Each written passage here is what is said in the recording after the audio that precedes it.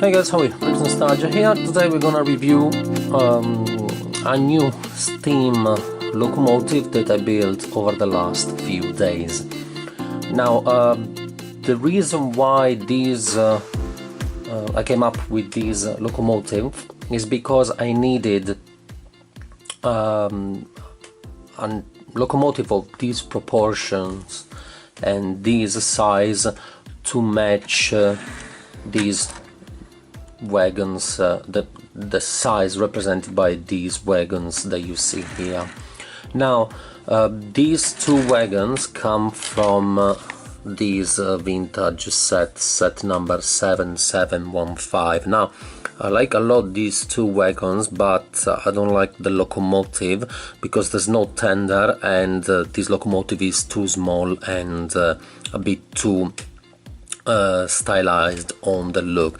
So I wanted to go for something a bit bigger and beefier, but still with the right proportions once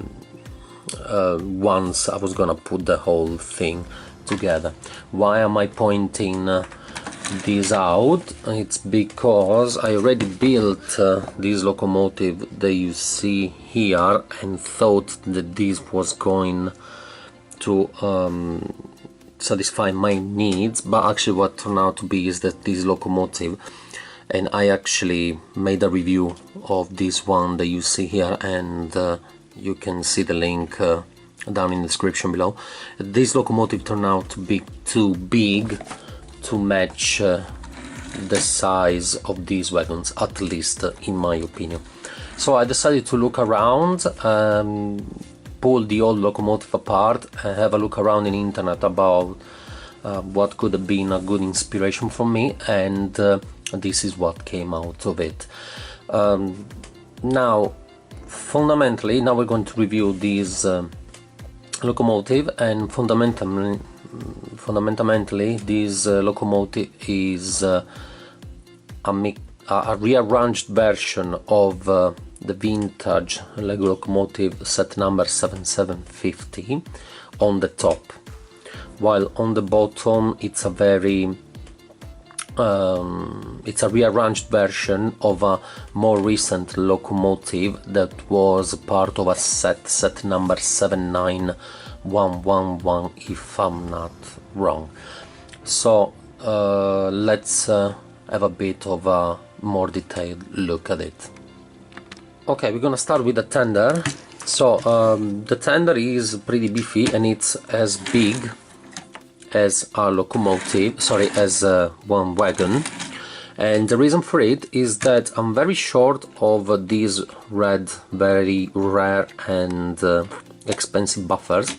So what I decided to do in order to keep the whole thing uniform was to use this whole train base that had red buffers molded into it, that comes from actually the base of this locomotive, and I turned the whole thing into a huge tender. Now I like a lot this tender, and the proportions look good to me. It's just extremely plain over here, so for the moment I'm presenting it like that, but I'm definitely going back to it in the future to try to put some details over here to make it look a bit better, giving it some texture. The motor is one of the very rare red 12 volt motors, and it comes from my 7730. Regarding the locomotive, as I already mentioned previously, the top is a bit of a rearranged version of the 7750. Mainly this part is pretty much the same as the 7751, and the main difference is that these two sides have been swapped. In the original one you're supposed to have this window on the front and this door have been moved here to the back, but I don't like that look. I prefer a lot more the two things swapped, so this is what came out. The bottom is, as already mentioned previously, comes from the locomotive of set 79111. So let's have a closer look at it. It's very beefy, very big on the look. It's very square as well, but I really don't mind it because I'm very interested in keeping things in vintage style, so I'm not interested about putting too many details or more modern pieces that are going to make this locomotive more smooth on the look. I'm happy with that. If we open the roof here, we can see that there is a bit of customization here, where I just put a light, a little more detail over there, and a couple of clips here to hold a shovel and a coffee cup.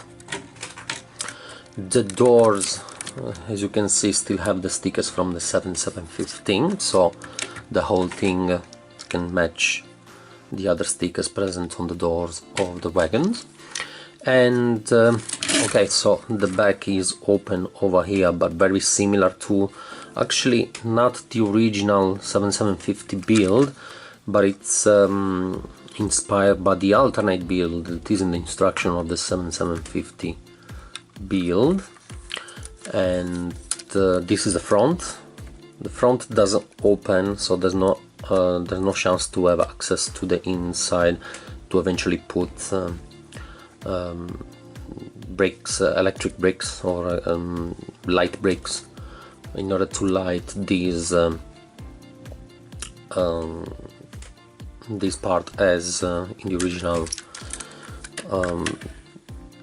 set, but still things can be modified in the future, obviously, just that it's not an interest of mine. And this bottom here, it's is very interesting. I like it a lot, especially, and I prefer it to my previous version of steam locomotive, because the whole thing is extremely solid. I can move it around however I want, and nothing falls apart, but everything still stays still. And I like it a lot like that, and it's definitely not something that I could do with the previous locomotive, because things used to tend to fall apart on the bottom as there were too many parts moving and connected in a bit in a too weak manner. So it's inspired from set 79111. I've been using these three big, more recent wheels as big ones. There is just simple these couple of tiles to represent I don't know what the name for it is, but this big the big part that connects all the wheels. And this front is very heavily based on the structure of the original set 79111, but it's in a more vintage and more basic way, because it uses only very old and simple parts.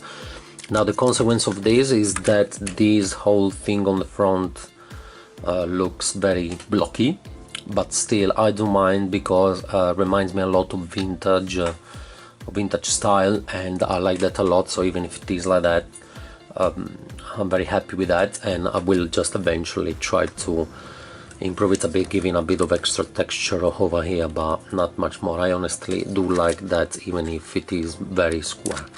In terms of the front, what I use is just some slopes over here, just to give it just mainly to replace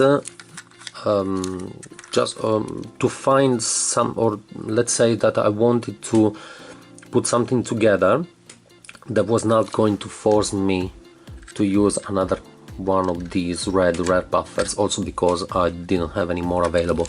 So I wanted to use something brick built to put on the front that was gonna make up for it, let's say. This little piece here is just some random texture that I put together with the parts I had available. Very simple, very common parts that I had available. I wanted to put something together way, and I actually like it. It's not bad. There's always room for changes, but I like it like that. So this is pretty much it. I don't want to spend any more time on this. The only thing I'm gonna do before I leave you is that I'm gonna put this whole thing together and just try to explain you and show you what I meant when I was talking about trying to put something together with appropriate proportions. Okay, so I put the whole thing together, and I would like to explain you very briefly what I was trying to say when I was talking about proportions at the very beginning of the video. Now, these two carriages are very small carriages, and what was happening when I was putting the very big locomotive that was pretty much this big in front of the train, what was happening is that I was feeling that the proportions were off, because I was finding myself having a very, very big locomotive that was just supposed to pull a couple of small carriages. It didn't look good to me. Also, I was feeling that things were off if I was putting the small original locomotive on the front. I was feeling that the locomotive was looking too weak to be able to pull everything else with it. So I decided to go for this size, and now things look good to me, because I'm gonna find myself with a fairly bigger but not too big locomotive on the front that pulls everything else that is of smaller dimensions, but that somehow, at least to me, match well the locomotive on the front. And this is the whole thing put together, and I like it. It looks good to me, it tunes with me, so I'm gonna keep it like that, at least until further customizations will be applied. I don't have any train track set at the moment, so I'm not gonna be able to show you these train running, but it's something I'm definitely gonna do in the future when I will be able to do it. Okay, so thank you very much, guys, for watching. Don't forget to rate, comment and subscribe, as there will be more coming over the next few weeks. Okay, thank you very much. Bye bye.